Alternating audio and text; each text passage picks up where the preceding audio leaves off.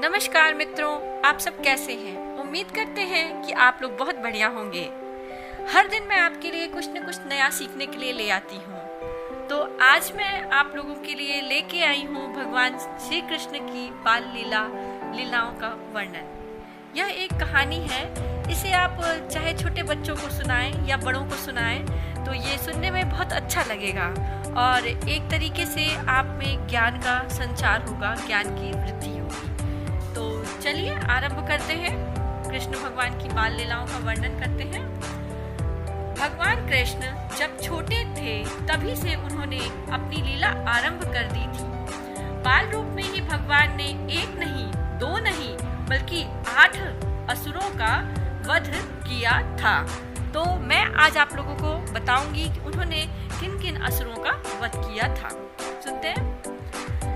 जब देवकी और वासुदेव का विवाह संपन्न हुआ तो एक आकाशवाणी हुई। इस आकाशवाणी ने कहा था कि देवकी के गर्भ से जन्म लेने वाली 8वीं संतान कंस का वध करेगी। इस बात की जानकारी होते ही कंस ने दोनों को मथुरा के बंदीगृह में कैद कर दिया।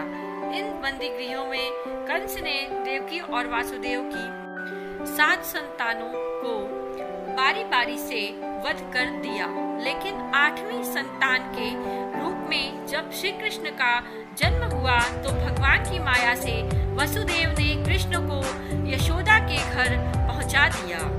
लेकिन यह बात अधिक दिनों तक छिप ना सकी। कंस को मालूम पड़ गया कि देवकी की 8वीं संतान का जन्म हो चुका है और वह गोकुल में है।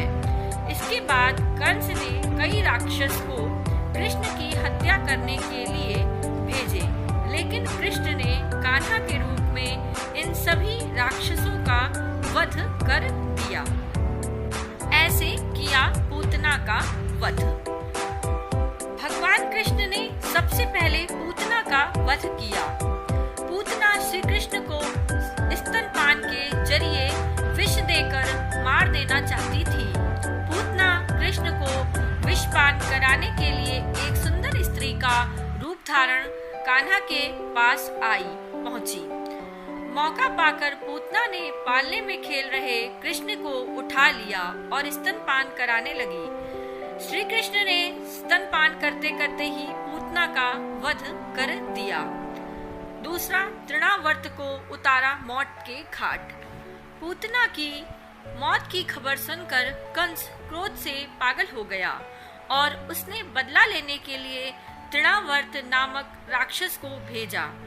यह शक्तिशाली राक्षस था जो बवंडर का रूप धारण करके बड़े बड़े पैरों को भी उखाड़ देता था। तृणावर्त बवंडर बनकर गया और कृष्ण को भी अपने साथ उड़ा लिया। इसके बाद श्री कृष्ण ने अपना भार बहुत बढ़ा लिया, जिसे तृणावर्त भी संभाल नहीं पाया। जब बवंडर शांत हुआ तो कृष्ण ने गला दबाकर तृणावर्त को मार दिया, तृणावर्त को मार डाला। वृत्तासुर का वध। तीसरे नंबर पे उन्होंने वृत्तासुर का वध किया। कंस अब कृष्ण के खून का प्यासा हो चुका था। उसने पूतना और तृणावर्त के बाद वृत्तासुर को भेजा। वृत्तासुर एक बछड़े का रूप धारण करके श्री कृष्ण की गायों के साथ मिल गया। कृष्ण उस समय गायों को चरा रहे थे।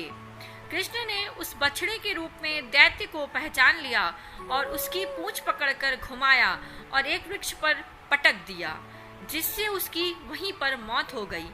बकासुर का वध। कंस ने बकासुर के बाद बकासुर को कृष्ण को मारने के लिए भेजा। बकासुर एक बगुले का रूप धारण करके श्री कृष्ण को मारने के लिए पहुंचा। बगुले ने कृष्ण को निगल लिया और कुछ ही देर बाद कान्हा ने उस बगुले को चीरकर उसका वध कर दिया। अघासुर का वध। अघासुर पूतना और बकासुर का छोटा भाई था। अघासुर ने कृष्ण को मारने के लिए विशाल अजगर का रूप धारण किया। इसी रूप में अघासुर अपना मुंह खोलकर रास्ते में ऐसे बन गया जैसे कोई गुफा हो। उस समय श्री कृष्ण और सभी बालक वहां खेल रहे थे। एक बड़ी गुफा देखकर सभी बालकों ने उसमें प्रवेश किया। मौका पाकर अघासुर ने अपना मुंह बंद कर लिया। जब सभी को अपने प्राणों पर संकट नजर आया तो श्री कृष्ण ने सबको बचाने की प्रार्थना की और प्रार्थना करने लगे। तभी कृष्ण ने अपना शरीर तेजी से बढ़ाना शुरू कर दिया। इस कारण बकासुर अघासुर को सांस लेने में परेशानी होने लगी और अंत में भगवान ने उसका भी वध कर दिया। यमलार्जुन को श्राप से किया मुक्त। कान्हा बचपन में बहुत ही शरारती थे। कई बार माता यशोदा श्री कृष्ण की शरारतों से परेशान हो जाती थी। एक बार जब से अधिक परेशान हो गई तो उन्होंने कृष्ण को उखल से बांध दिया।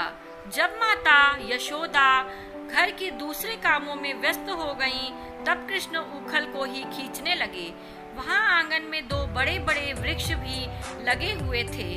कृष्ण ने उन दोनों वृक्षों के बीच में उखल फंसा दिया और जोर लगाकर खींच दिया।